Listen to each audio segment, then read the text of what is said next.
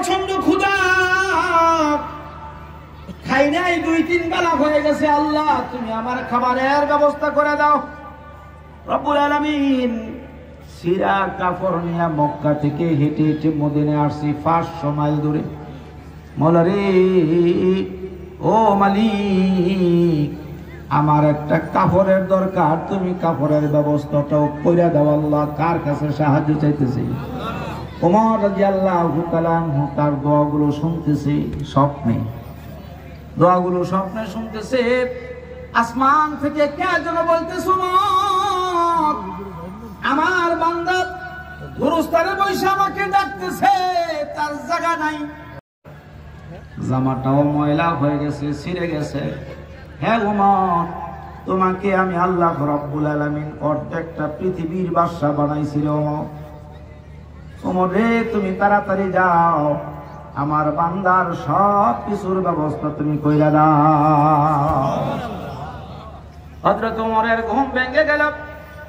ঘুম ভাঙার পরে 1 মিনিট ওমর দেরি করে নাই, উনি তাড়াতাড়ি করে একটা দৌড় মারছে।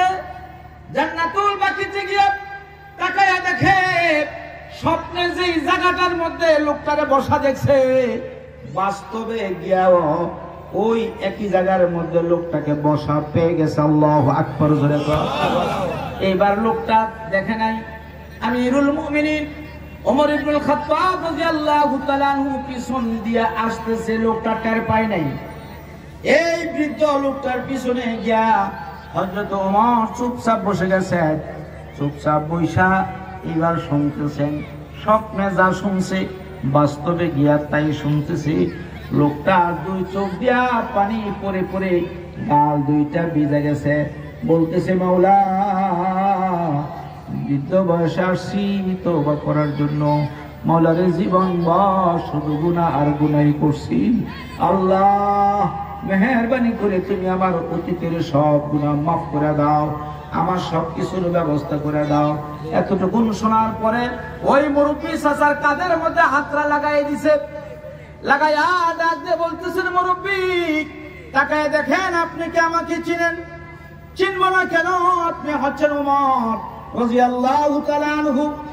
হ্যাঁ মুরব্বী, মক্কায় থাকা অবস্থায় দেখছি আপনি যে গান গাইতেন, বাজারে বন্দরে গান গাইয়া পয়সা কামাইতেন, ফ্যামিলির খরচ বহন করতেন, আর আপনি এখানে আসছেন।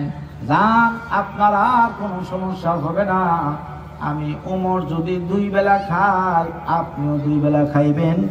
আমি ওমর যদি ঘরের ভিতরে থাকি, আপনিও ঘরের ভিতরেই থাকবেন।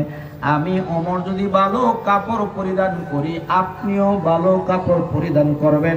মরণ পর্যন্ত আর কোনো টেনশন ফিল করতে হবে না। আল্লাহ।